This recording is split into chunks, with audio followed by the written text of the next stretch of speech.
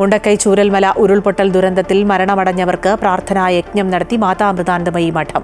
ദുരന്തത്തിന്റെ ഓർമ്മ ദിനത്തിൽ ദുരന്ത അതിജീവിതരെ ഉൾപ്പെടെ പങ്കെടുപ്പിച്ചാണ് മേപ്പാടി മഠത്തിൽ പ്രാർത്ഥനായജ്ഞം നടത്തിയത്. മരണപ്പെട്ടവരുടെ ബന്ധുക്കളും പ്രാർത്ഥനയിൽ പങ്കാളികളായി.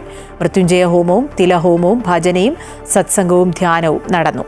മേപ്പാടി ആശ്രമ മഠാധിപതി സ്വാമി വേദാമൃതാനന്ദപുരി പരിപാടികൾക്ക് നേതൃത്വം നൽകി.